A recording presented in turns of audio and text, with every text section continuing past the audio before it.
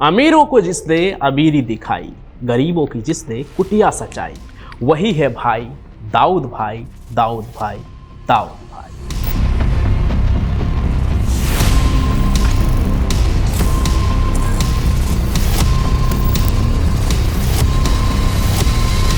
आपको लग रहा होगा ना कि क्या बकवास कर रहा हूं मैं। भारत के एक गद्दार की शान में कविताएं पढ़ रहा हूं, उसे मसीहा बता रहा हूं। भला ये भी कोई बात हुई? मुझे भी ठीक ऐसा ही लगा जब मुझे ये पता चला कि एक समय था जब दुबई में पार्टी रखी जाती थी। बॉलीवुड के सितारे वहां पहुंच दाऊद के नाम के लिए कसीदे पढ़ते थे, गाने गाते थे, जिसके बोल कुछ इस तरह के ही होते थे जहां से मैंने आज की शुरुआत की।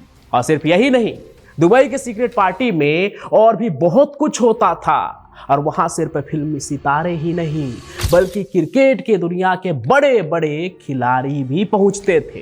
पार्टी भी ऐसी कि वहां पर मस्ती और खातिरदारी तो हुई ही, लेकिन इसके अलावा जो भी वहां पर दाऊद के दरबार में दुबई में माथा टेकने पहुंचा, वो खाली हाथ नहीं आया, तोहफा अपने साथ लेकर आया। और जब एक बार ऐसा हुआ कि एक क्रिकेटर निराश होकर वापस लौट गया, तो दाऊद के लोग फ्लाइट तक पहुंच गए और उस क्रिकेटर के हाथ में डब्बा थमाया और कहा, भाई ने भेजा है। आखिर क्या है दुबई में होने वाले दाऊद के पार्टीज की सच्चाई? क्यों दाऊद फिल्मी दुनिया के सितारे और खिलाड़ियों से इतनी दोस्ती रखता था?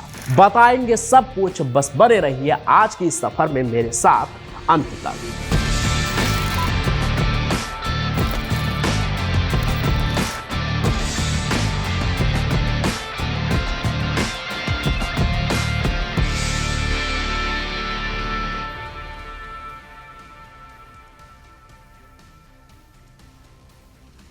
1990 के दशक का दुबई, जब भारत के नए नए अमीर और स्टार लोग अपनी शॉपिंग के लिए दुबई जाना शुरू कर चुके थे। इसी दौर में भारत का अपराधी दाऊद इब्राहिम, जो भारत का सबसे कुख्यात भगोड़ा था, वो दुबई में अपनी कर्मभूमि बना चुका था।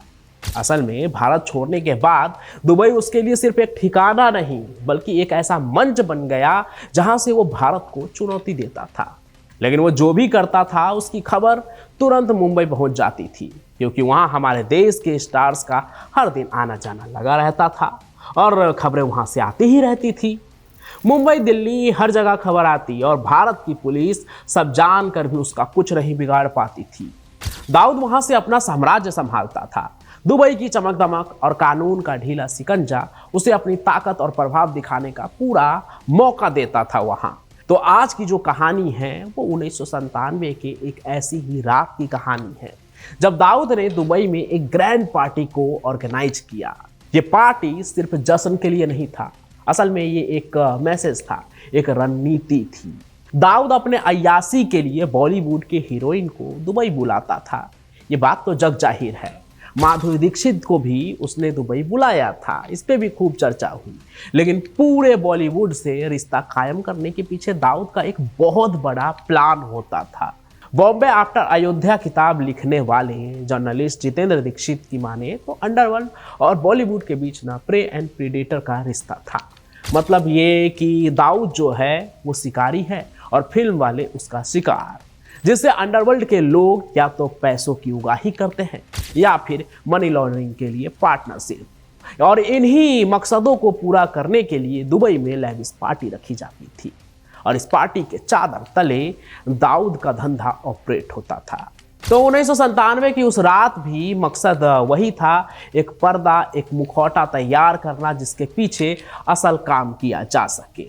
और इस पार्टी की तैयारी जो थी वो महीनों पहले शुरू हो चुकी थी। दाऊद का खास कमांडर छोटा शकील इस पूरे आयोजन की देखरेख कर रहा था। दुबई की एक शानदार विला को इसके लिए चुना गया, जो अपने आलीशान इंटीरियर्स और प्राइवेट लोकेशन के लिए मशहूर थी। दाऊद के लोगों ने बॉलीवुड के बड़े सितारों, निर्देशकों और निर्माताओं को इस पार्टी में बुलाने की जिम्मेदारी दी।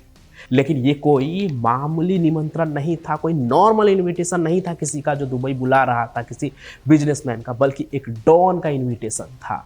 कई लोगों के लिए ये बुलावा शान की बात थी कि भाई ने मुझे भी दुबई बुलाया है, तो कई सितारों के लिए ये बुलावा ऐसा था जिसे ठुकराना उनकी जिंदगी को खतरे में डाल सकता था।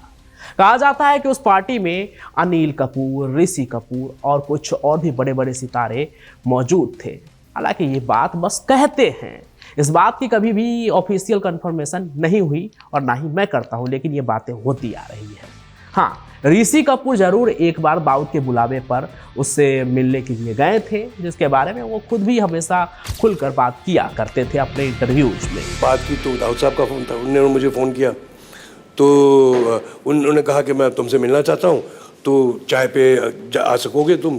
खैर जैसे अब उनके घर पे गए, हमारी बड़ी खातिर नवाजी की, चाय पिलाई, बिस्कुट खिलाए, कहा कि मैं तुम्हें शाम को बुलाना चाहता था लेकिन उनके अलावा कई ऐसे बड़े नाम थे जिसके बारे में इंडस्ट्री और मीडिया के गलियारों में चर्चा हमेशा गर्म रही कि वो दाऊद के पार्टी में गए थे। बाकी जिन लोगों का भी जाना वहां तय हुआ, उन मेहमानों को दुबई लाने के लिए ना दाऊद ने अपने खास लोगों को लगाया हुआ था। यहां तक कि कुछ सितारों के लिए प्राइवेट फ्लाइट्स का इंतजाम किया गया और बड़े होटलों में उन्हें ठहराया गया।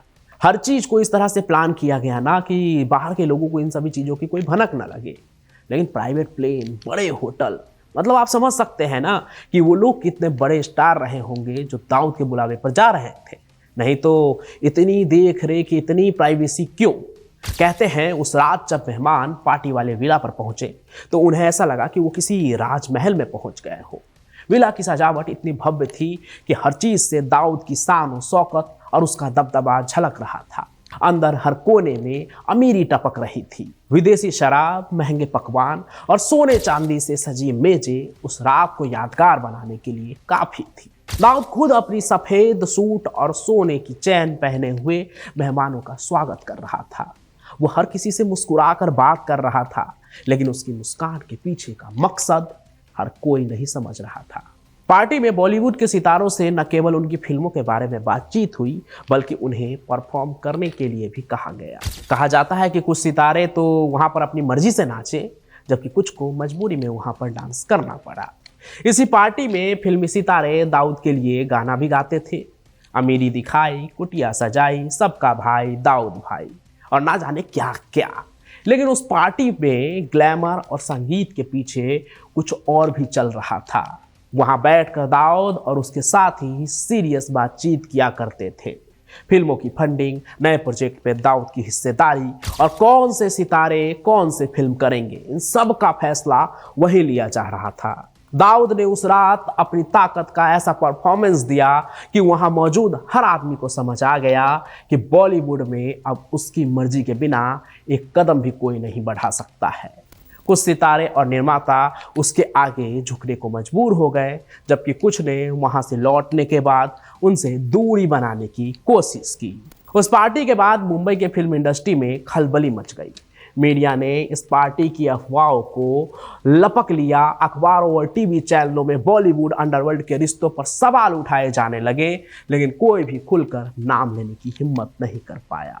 दाऊद का डर तो इतना था कि जो लोग उस पार्टी में गए भी थे, उन्होंने भी चुप्पी साध ली।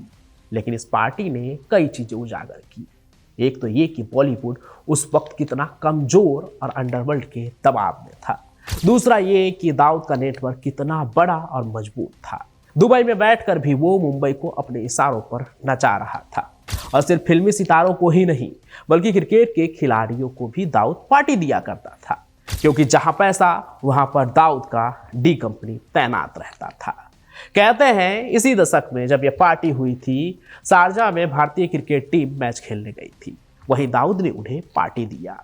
कई खिलाड़ी उसके पार्टी में गए भी, कई नहीं भी गए, लेकिन जो गए उन्हें लौटते वक्त गिफ्ट में एक सोने की बिस्किट भी मिली। कहते हैं दाऊद के पार्टी में न जाने वाले खिलाड़ियों में एक खिलाड़ी ऐसा था जिसे जाने का मन तो था, लेकिन अपनी इज्जत के डर से वो गया नहीं। और जब उसने देखा कि वहां जाने वाले खिलाड़ियों को सोने का सिक्का वापस में रिटर्न गिफ्ट मिला है, तो उसे बड़ा अफसोस हुआ, मन में एक मलाल हुआ कि अगर वो जाता तो शायद क्या पता उसे भी ये गिफ्ट जरूर मिलता। और ये बात उसने यूं ही किसी को बताई, ये कैसे ही कि देखो यार, कि जो गए उनको तो मिला, हम नहीं गए, हमें तो कुछ नहीं मिला। और ये बात पता नहीं कैसे, लेकिन कहते हैं कि डी कंपनी के सरगना दाऊद इब्राहिम तक पहुंच गई। फिर कहते हैं जब वो खिलाड़ी शारजा से वापस लौटने लगा तो फ्लाइट के अंदर या शायद एयरपोर्ट पर दाऊद का एक आदमी पहुंचा और उस क्रिकेटर को रोकते हुए कहा कि भाई ने आपके लिए गिफ्ट भेजा है। डब्बा खोला तो उसने देखा कि अंदर सोने की बिस्किट थी। मतलब दाऊद एक ऐसा इंसान भी था जो अपने मतलब के लिए लोगों को खुश करके भी रखता था। अब वो फिल्मी सितारों से रिश्ता क्यों बनाकर रखता था वो तो आप समझ ही चुके हैं, लेकिन क्रिकेटर्स को वो इसलिए मना कर रखता था, खुश करके रखता था ताकि आगे चलकर वो उसके बेटिंग के धंधे के लिए काम में आए, दाऊद इब्राहिम उसका इस्तेमाल कर सके, मैच में उसे फिक्स करके अपने बैटिंग के धंधे में। ऐसी ना जाने कितनी ही खबर आती भी रहती है। मांगी यही थी दाऊद के पार्टीज की कहानी जो दुबई में सीक्रेट तरीके से हुआ करती थी। और वो क्रिकेटर कौन था जिसे गिफ्ट मिला, अगर आपको नाम पता है तो आप लिखिए, बाकी तो आप समझ ही गए होंगे। आज की कहानी में बस इतना ही।